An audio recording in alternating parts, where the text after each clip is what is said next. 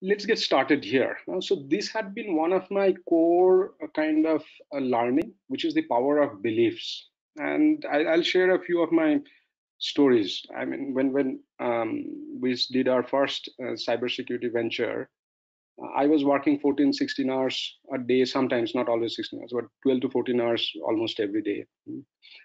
And I was doing absolutely fine. And then our company got eventually acquired, and now it's part of a big US public listed company. So I remember one of the days in the afternoon, I realized that almost every day I'm feeling sleepy during the afternoon, and I was getting very, very tired during the afternoon.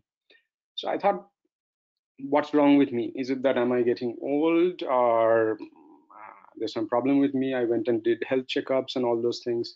So I kind of started after a while um, um, making this thing in my mind that I can only productively work for X number of hours. Beyond that, I feel tired. So that's a belief that kind of gradually crept in.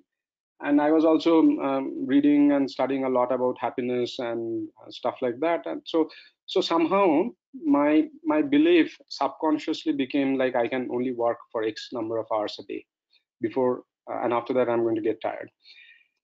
And then after a while I remembered that in past I had been doing something like this. I saw one of my friends who is of similar age to mine, who is working 14 hours a day or 12 hours a day, and he wasn't getting tired, and was absolutely having a lot of energy during parties at night.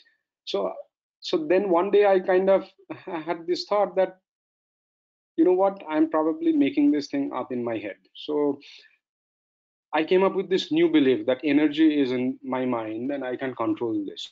Now look at this. Many of you might have this belief that we can only work productively for X number of hours. Now this belief is what we call non-empowering belief. So any belief which does not directly help you is a non-empowering belief. And then there can be an empowering belief for the same thing. Like I can work for X number of hours before I get tired, and after that I'll get tired, whatever it is. Or energy is in my mind and I can control it. I can create energy whenever I want. And I have figured out my ways of getting back energy, and you will also have your own ways. So I remember there's a guy who was a grandmaster and a world champion in chess.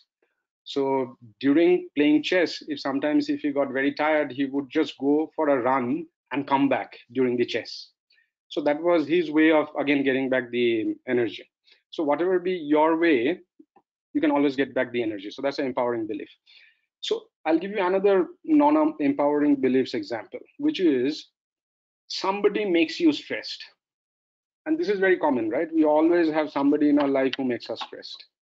It could be somebody in your team, your boss, your spouse, kids, whoever it is. We think that somebody makes us stressed. Now look at this. This is a non-empowering belief because you have absolutely no control on that person. You might be wanting to have control. You may try, but actually you don't have control.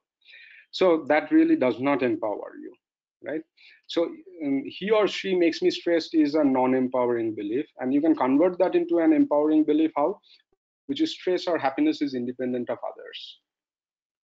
It does not matter what others say, do. My stress or my happiness is independent of that, and I can have control over it. So that's a more empowering belief. So understanding your belief system is basically something like understanding your operating system. If you want to uh, do reverse engineering, if you want to do exploitation, you have to understand things from the basic fundamental perspective. You have to understand protocols, you have to understand operating system, else you can't do that, right? So to reverse engineer your mind, you have to understand your beliefs. And these beliefs sometimes are so invisible to us that we don't even notice it. It is something like fishes noticing water. I mean, I'm not a fish, so I have no clue, but it's widely believed that fishes don't probably realize the presence of water, or we ourselves don't too many times realize the existence of air around us. It's only when the air is not there we feel its existence, right? So a lot of these beliefs are very, very deep, hidden. We may not be able to understand it well. So one thing which I have done is I made a list of all my empowering and non-empowering beliefs, and I maintained this list for now several years. Any point in time I discover a belief which I have, which is non-empowering, I would write it down, and then I will see, can I convert that into an empowering belief.